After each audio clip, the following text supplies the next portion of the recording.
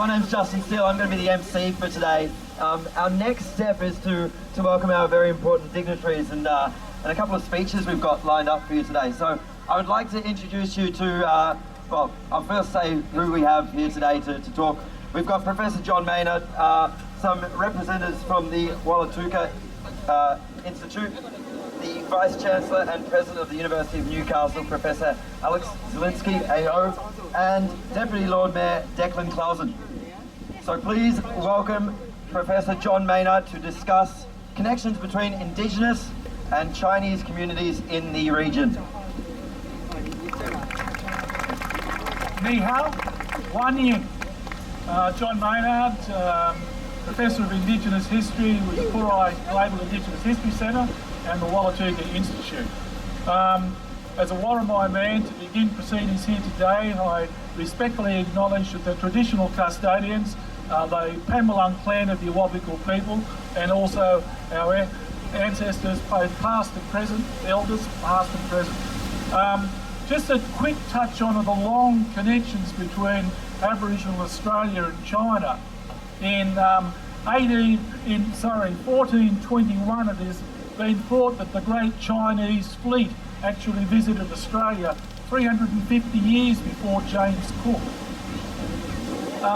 For over 1,000 years the Newcassans visited and traded with Northern Australia in Arnhem Land for vegetable, which was shipped back to China where it was a delicacy, and Aboriginal people were a part of some of those trips.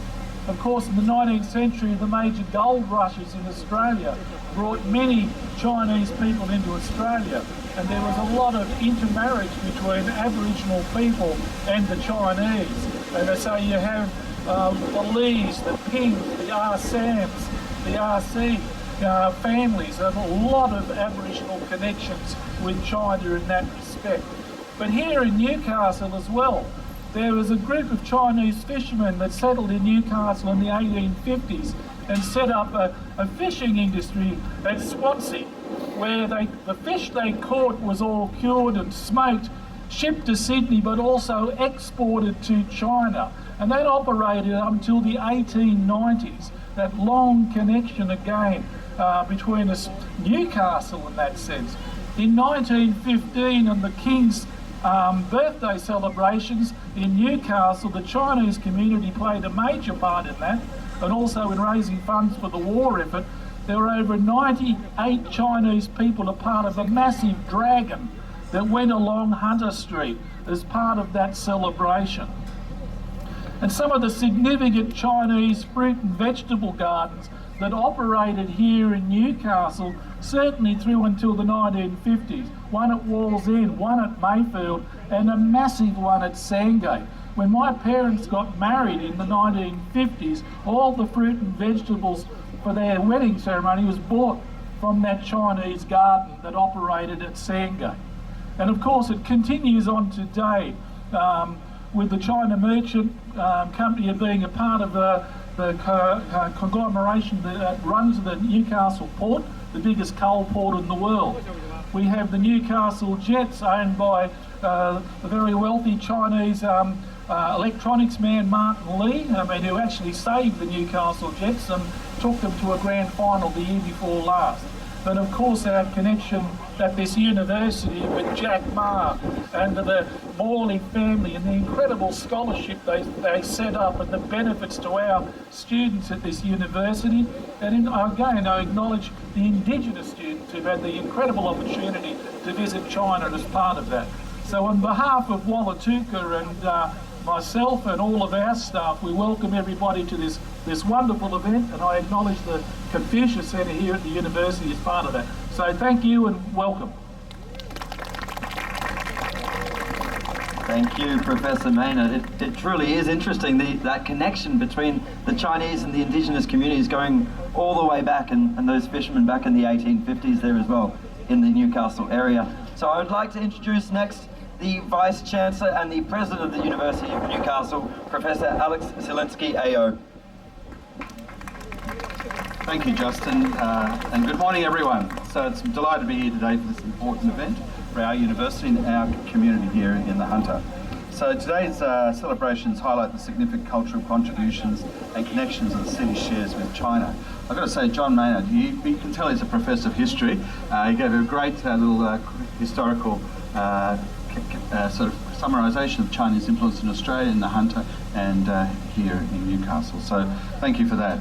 It is wonderful to see the wonderful cultures coming here to Newcastle. And I also acknowledge the traditional custodians, the Pamlong clan, on which traditional lands we meet upon today, and I acknowledge their elders past and present.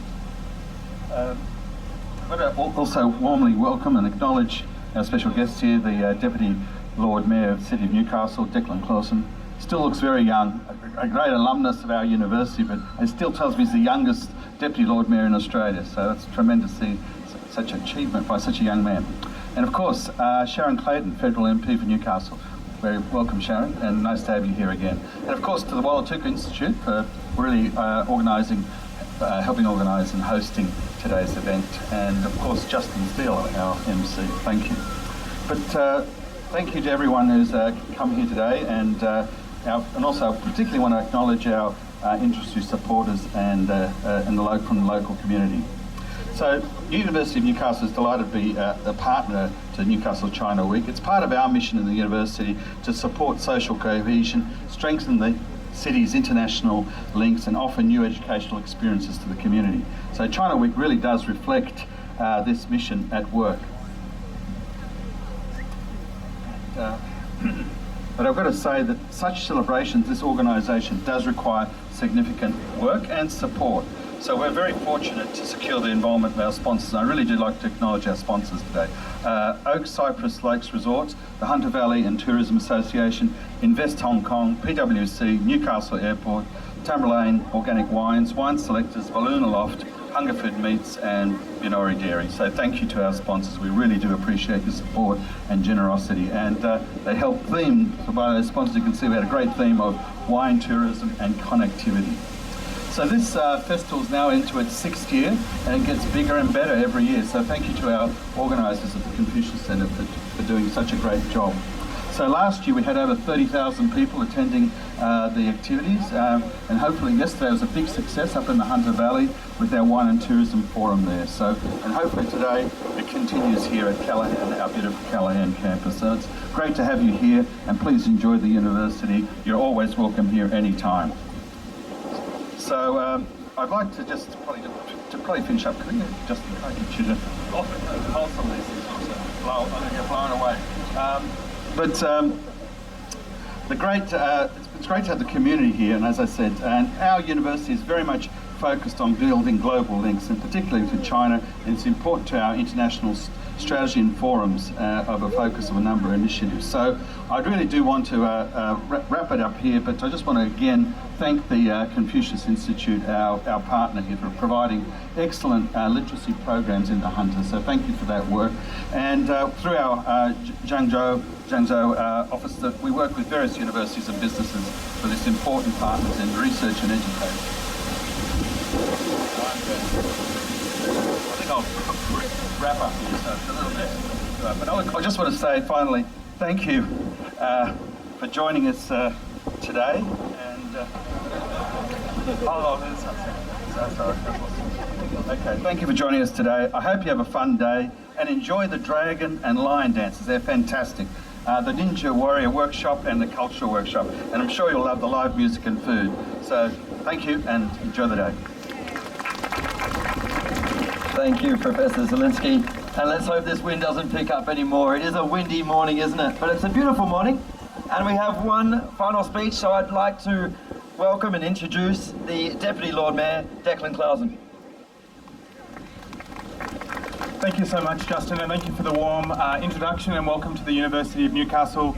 I'd like to begin also by acknowledging what we call Worimi peoples and paying my respects to elders past and present, and particularly acknowledging John Maynard from the Wallatuka Institute and your welcome this morning. The City of Newcastle is so pleased to be able to participate in events like China Week. This is the 6th annual event, and as Professor Zielinski was saying, each year the success continues to grow. The City of Newcastle has a community vision to be a smart, livable and sustainable global city and the university plays a pivotal role in the way that we develop those international relationships. And China Week is so extremely important, particularly given the collaborative approach that has been led by the Confucius Institute, so I particularly want to acknowledge you as well, Shir. I also want to acknowledge my colleague Sharon Clayton, the federal member for Newcastle. Thank you for your continued support. I know that Sharon and I have attended a number of these events over the years, and it's great to see the continued community interest. It's extremely special that this is the first year of this event being held back on the Callaghan campus, the Bushland campus, so extremely special to be able to open up the university, and so I'm very pleased to be able to attend from that perspective. Thank you. Thank you. And now we kind of get to probably one of my favourite points this morning, which is to welcome the Jinwu Kunin Lion Dance Association, as well as the Vice Chancellor and President of the University of Newcastle, Professor Alex Zielinski, and the Deputy Lord Mayor, Declan Clausen, to take part in the Chinese Lion's eye-dotting ceremony. Yeah, no, you're going to get down here and lion dance. No, we're just going to do the eye-dotting ceremony. So the dotting the eye refers to the Chinese tradition of painting the eye of the Chinese lion before the start of the lion dance to awaken the spirit of the lion. So I'll leave it to the Lion Dance Association.